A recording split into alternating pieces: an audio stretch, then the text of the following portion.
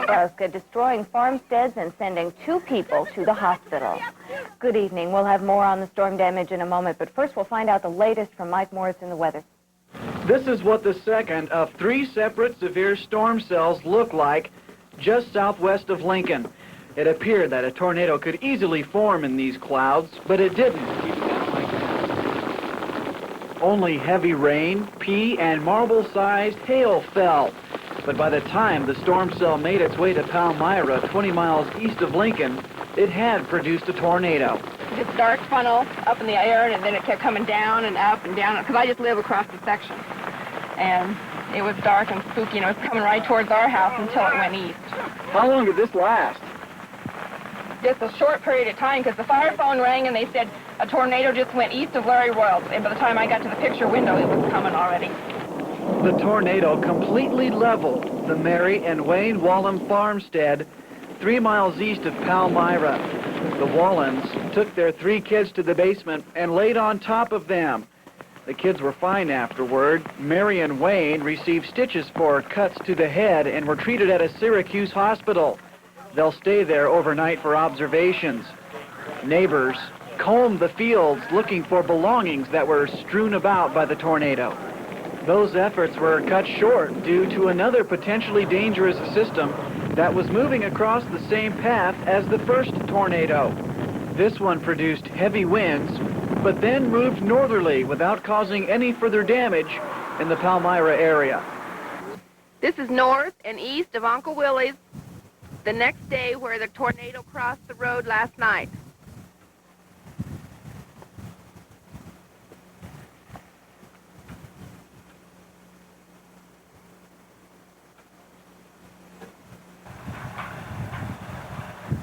Okay, this is Harvey Volk's place.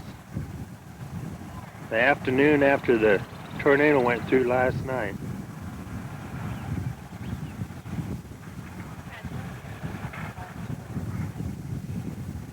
You can see the pigs there where the hog house used to be.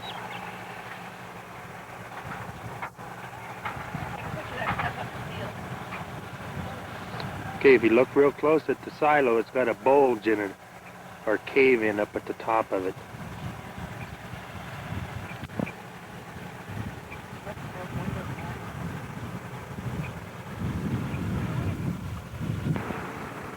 Okay, this is just east of Calvin Stubendix. These all them big tall posts, light posts that used to be there. Now I'm coming right into Calvin's driveway. Right there used to be the machine shed. There you see the house. The big tree down in front of it. Moving over here past this grain bins. And over here you can see the edge of the hog shed. Roof blowed off.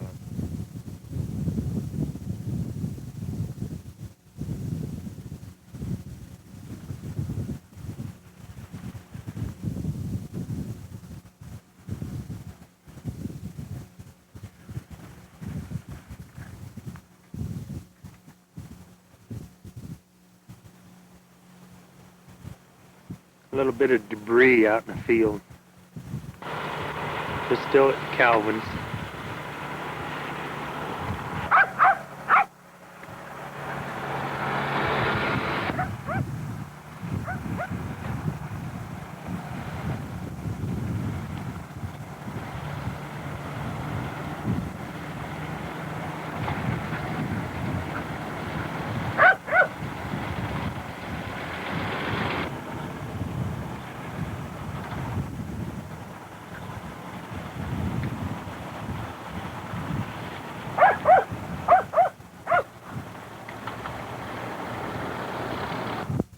Okay, this is down at George Thompson's, the day after the tornado.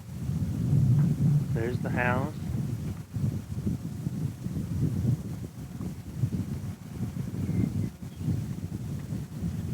There's the corn crib that used to be west of the house.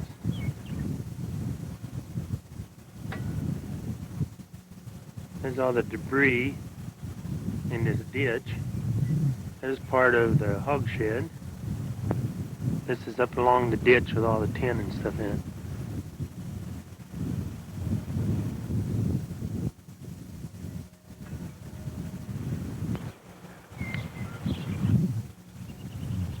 These are the trees just south of George's house. They used to be good and big and bushy.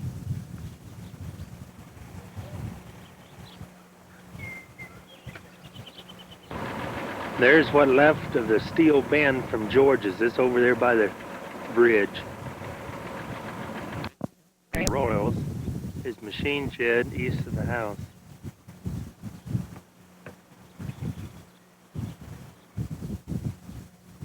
Okay, this is John Brinkman's, south of town. That's what's left of the house. The house should be right up over where the pickup and trailer's sitting now.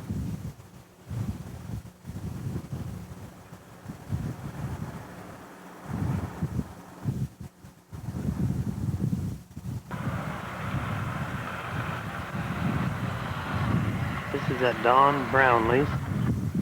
That's south of the house.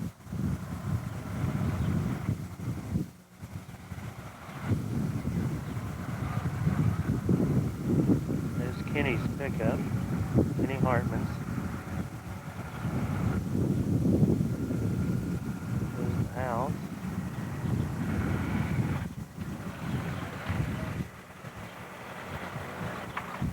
There's what's left of the machine shed.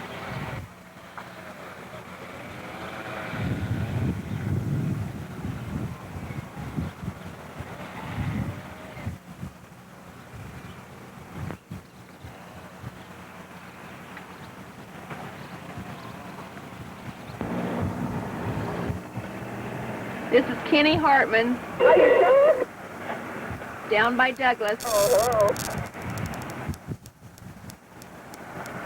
That's where their house was.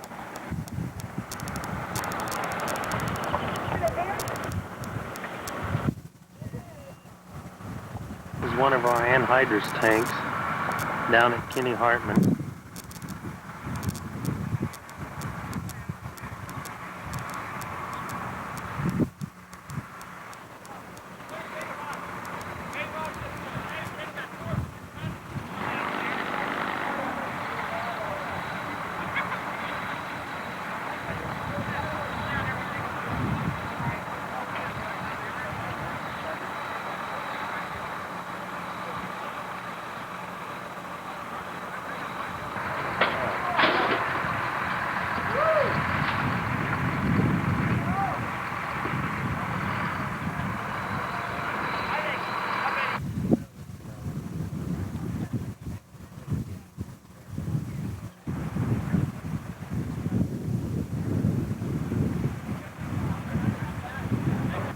This is on the side of the grain bin. One of them is left standing, how it almost ripped the stuff up.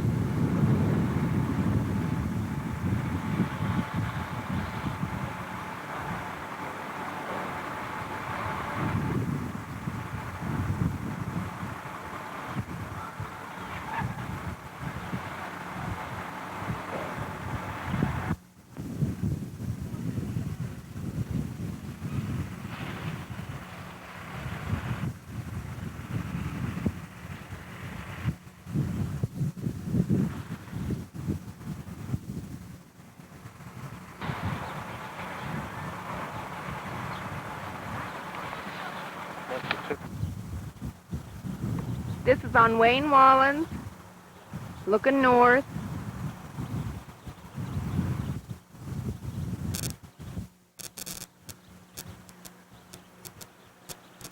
All the paper and stuff in the fence row.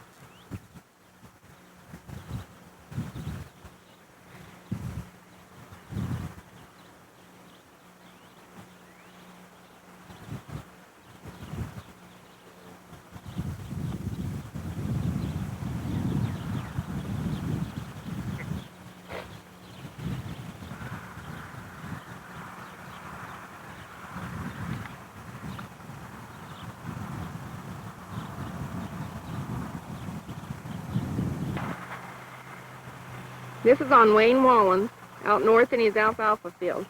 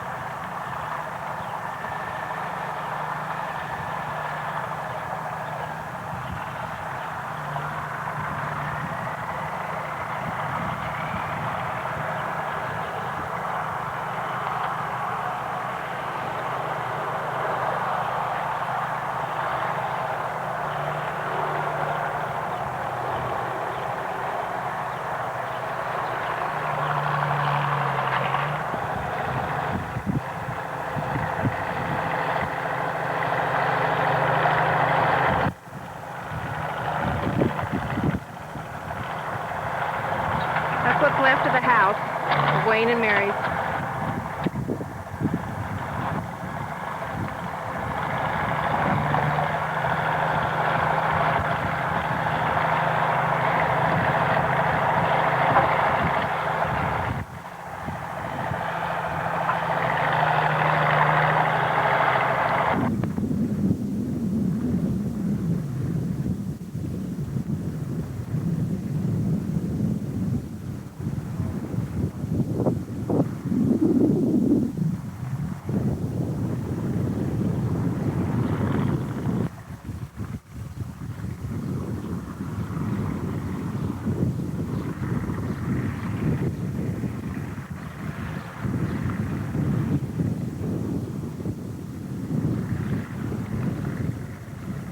That's where the house was.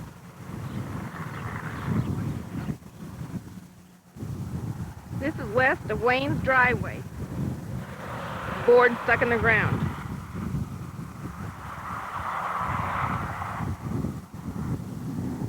This is over on Dale Wallen.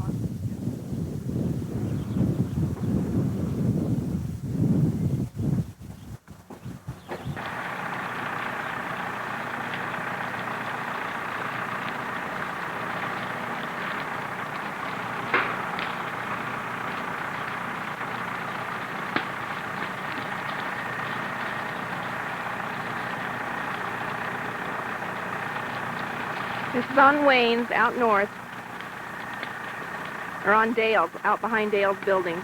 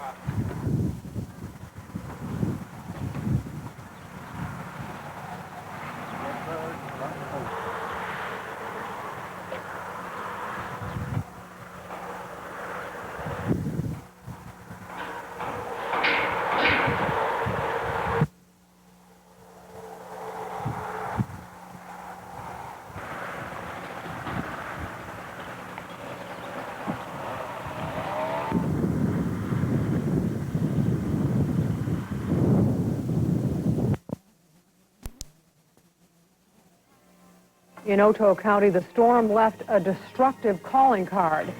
In Nebraska City, the legacy of J. Sterling Morton lives on. These stories, plus it's all red and white in Lincoln. A powerful storm that ripped through the heartland spawned deadly tornadoes that killed at least 29 people and left hundreds homeless. The hardest hit was the small Wichita, Kansas suburb of Andover.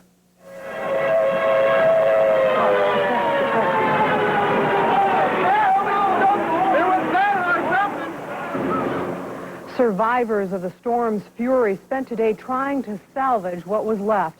Fire and National Guard crews sifted through rubble, hoping to find more survivors. Andover's mayor says several people are still unaccounted for. Witnesses say the storm came up swiftly and violently. At a trailer park where at least 17 people died, neighbors say many residents did not go to the shelter. One woman whose mobile home was destroyed returned today to find all her neighbors dead. The mayor puts damage estimates at $50 million. Authorities say some 30 twisters swept through Kansas and 18 through Oklahoma last night.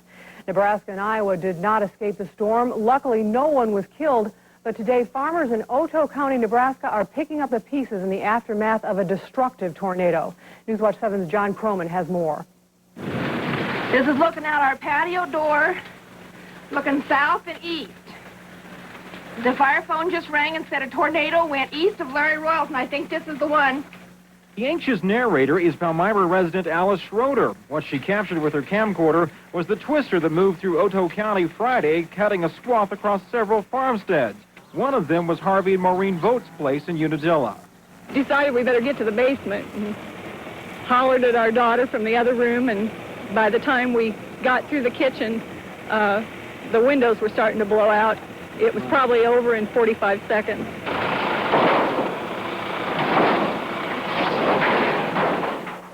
It'll take much more time to undo the devastation left behind, but neighbors and friends converged on the scene to clear debris and ease the burden. We were real fortunate. Got up this morning and the sun was shining. Start over. If you're wondering how the Vogts can feel so lucky, it's because you haven't seen the Wallen place yet, or what's left of it. The Wallen house was ripped right off its foundation while the family was in the cellar. Two kids on this sled right here, and I was sitting kind of like that on the top of it. And somewhere in this scattered mess, Wayne and Mary Wallen have lost photo albums and other irreplaceable family keepsakes. I never thought that the house would just completely disappear like this. I thought it would just sort of twist. Yeah, right. You know? Yeah, kind of like so that you could go back in and take out your things and...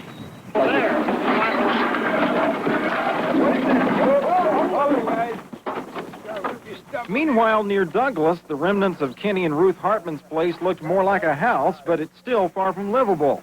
This was the master bedroom. We just been married about a year and a half, and we started our families over at that time, and looks like we're going to start over a new farmstead, too. In Otoe County, for Newswatch 7, I'm John Croman. There's no damage estimate yet in Otoe County, but 4 farmhouses and scores of outbuildings were destroyed by the twister. The main super. Not much is left of their belongings that lie broken and scattered. The Wallens will be starting over. When this cleanup is over, the rebuilding will begin. But unfortunately for this family, some of their most precious possessions can't be replaced. Still, the parents of 3 children count their blessings. No one was hurt. Can't believe that everything can be gone and we are still here. So while they, like so many others, may have to rebuild their home, they say at least their family is safe. Pamela Bowen, News Center 3 Weekend.